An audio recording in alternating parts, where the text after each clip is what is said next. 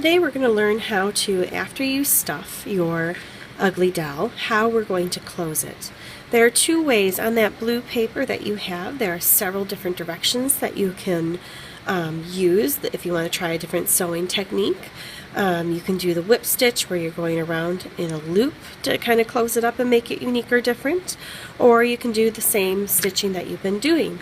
So you want to make sure that you have a long enough piece of string left in order to be able to close whatever size hole you have. If you have any thread from the beginning that's sticking out, you can stick that in like I just did there.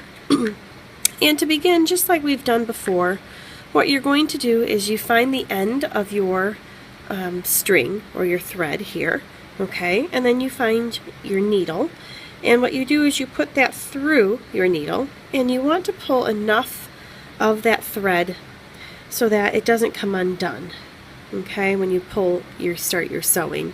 So what I usually do is I let the static work for me, and I just put it together like that. I slide my finger down and I do it. If you don't do enough and you go to pull, do you see how this is loose here? It's not really touching, and I can kind of gently put this back together. But when you look at that, as you're pulling, if you're threading, okay, it automatically starts pulling out, and that's how the thread comes off. So I always like to have a good amount of thread or string to work with as I'm sewing, and then as I get closer near the end I can pull this, but it helps with how we close it. If you need more, just come see Mrs. Holland, and it's very easy. All you do is just take your two pieces, just like we did when we were doing our tree weaving last year. You put them together and then you just tie a knot of them together, and voila.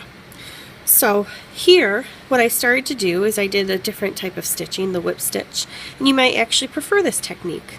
So you just go through both of them, hold at the very end and hold on to that thread, and you pull it.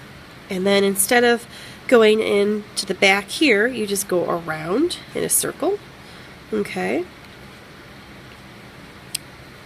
And you repeat the same pattern, as you can see. So I'm just going to keep going. Remember, don't have them so spaced apart, because what happens then is you end up with, I try to do some areas here, that the stuffing is going to pop out, and you don't want your stuffing to pop out. There is a way that you can go back and stitch that up too, but I know you're anxious to get going on the decorating part, which is the best part.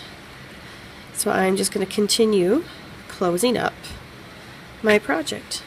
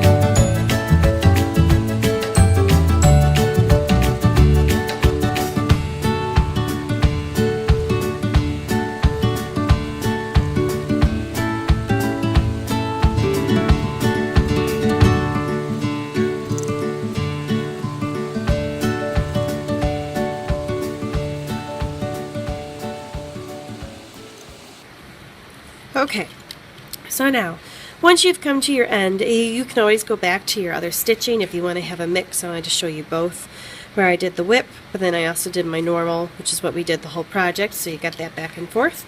Once you've come near your end, and you've done every single last stitch, what I do is I go back and I do one more, and I pull it through, but I don't pull it all the way. I have my loop here, the one that if I pull it all the way, it'll become a stitch, but if I don't, then it won't. I'm going to go through my loop, okay, just like that with my needle, and now what I have is my loop, and I have the piece of string.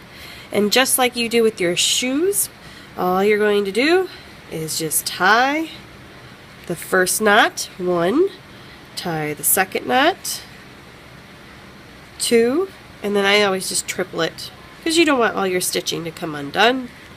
And 3. Voila. So now it's not going anywhere. What you can do if you don't want to see your thread is you can stick it in. If you did really good stitching, it's hard to stick that in there, but I usually try to hide it. That way, if I didn't do a good enough knot, I can always go back in and do a little bit more. And then my other one here, what you can do is just take the scissors at your table and you snip it. Not too close because you don't want it to unravel. Throw out your extra thread that you have, unless you want to use it for gluing on your piece. And the next video that you're going to do is decorate your Ugly Doll. So I'll show you some examples and show you exactly what you can use in the room and get going on that.